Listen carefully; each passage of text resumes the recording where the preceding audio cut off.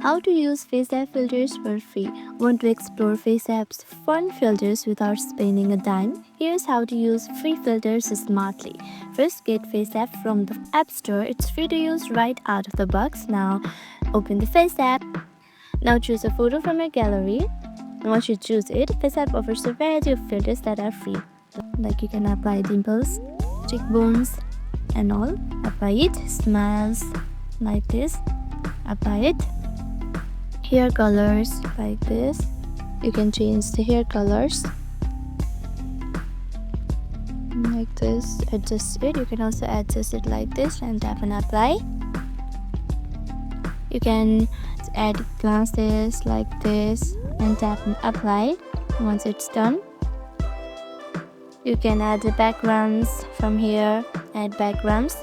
You can add anyone from here like this. Use these free tools to test different looks and find your favorite styles from here and tap on apply.